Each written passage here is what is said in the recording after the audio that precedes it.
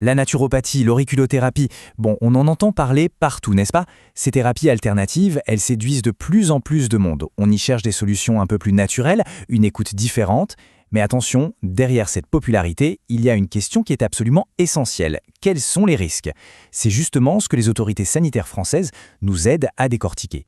Alors, pour qu'on soit bien tous sur la même longueur d'onde, regardons d'abord l'ampleur du phénomène. Parce que non, ce n'est pas juste une petite tendance passagère, c'est un vrai mouvement de fond qui touche une part énorme de la population.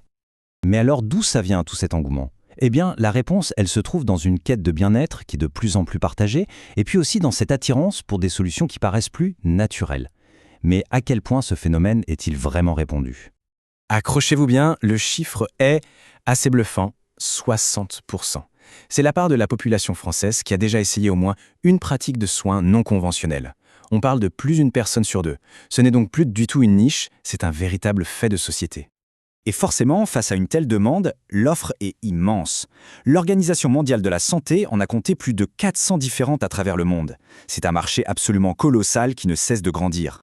Et on comprend bien pourquoi ça attire autant de monde. On y cherche plus d'écoute, une approche qui soit vraiment personnalisée, loin du sentiment d'une médecine conventionnelle qui peut paraître parfois un peu trop standardisée. La promesse, c'est celle d'une approche plus humaine, vraiment centrée sur la personne. Mais voilà, cet attrait pour une approche différente nous amène droit au cœur du problème. Un problème soulevé par l'Ordre des médecins. Ce monde du bien-être, il est en grande partie non réglementé. Et c'est précisément là que les risques commencent à apparaître. Commençons par mettre les choses au clair avec la définition officielle. Une PSNC, ça veut dire pratique de soins non conventionnels. Et qu'est-ce que c'est? C'est une pratique qui n'a aucune validation scientifique reconnue et qui n'est pas enseignée aux professionnels de santé. C'est ce point-là, ce manque de reconnaissance scientifique qui change absolument tout. Voilà le cœur du problème résumé en 3 points cruciaux.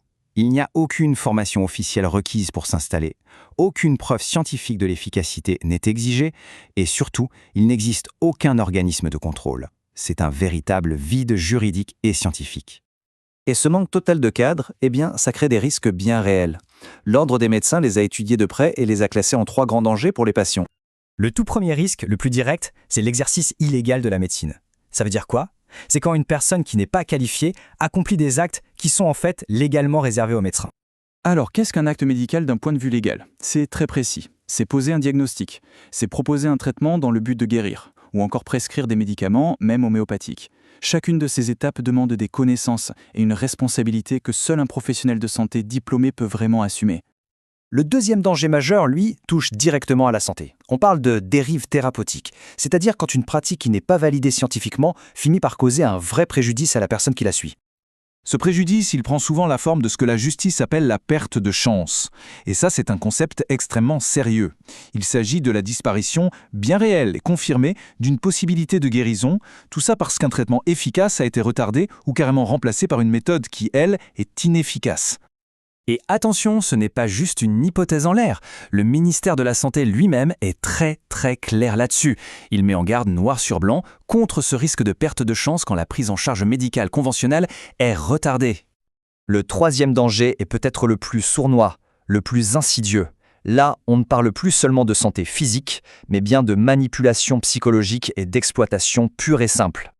La Miviludes, qui est l'organisme gouvernemental qui surveille ces dérives, a identifié un processus d'endoctrinement qui se déroule souvent en 3 phases. D'abord, il y a l'approche, avec la promesse d'un remède miracle. Puis vient la séduction, avec de faux témoignages, un sentiment d'être privilégié. Et enfin, la soumission, qui implique des demandes d'argent, l'isolement de l'entourage et même des menaces. Bon alors, face à tous ces dangers, on fait quoi? Les autorités médicales, heureusement, ne restent pas les bras croisés. Elles proposent des solutions concrètes pour mieux encadrer ces pratiques. L'Ordre des médecins y propose une stratégie assez claire. D'abord, protéger légalement le terme de médecine.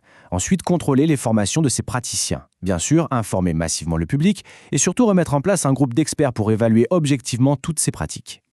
Alors concrètement, comment s'y retrouver dans ce paysage qui est quand même assez complexe? Voici quelques conseils pratiques pour faire des choix éclairés et surtout pour se protéger. Ce visuel, qui est diffusé par les autorités sanitaires, il envoie un message très clair. La vigilance est absolument essentielle face aux promesses qui semblent trop belles pour être vraies, surtout quand il s'agit de la santé. En fait, la meilleure arme pour se protéger, c'est de savoir quoi demander.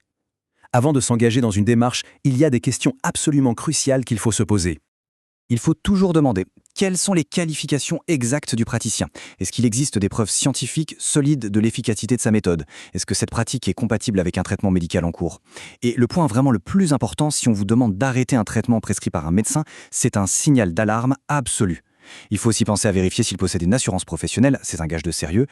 Pour conclure, l'idée n'est pas de tout rejeter en bloc, loin de là, mais plutôt d'apprendre à faire la part des choses. La recherche du bien-être, c'est tout à fait légitime, mais ça ne doit jamais se faire au détriment de la sécurité. Parce qu'au final, le choix le plus puissant pour sa santé, c'est toujours celui qu'on fait en étant pleinement informé.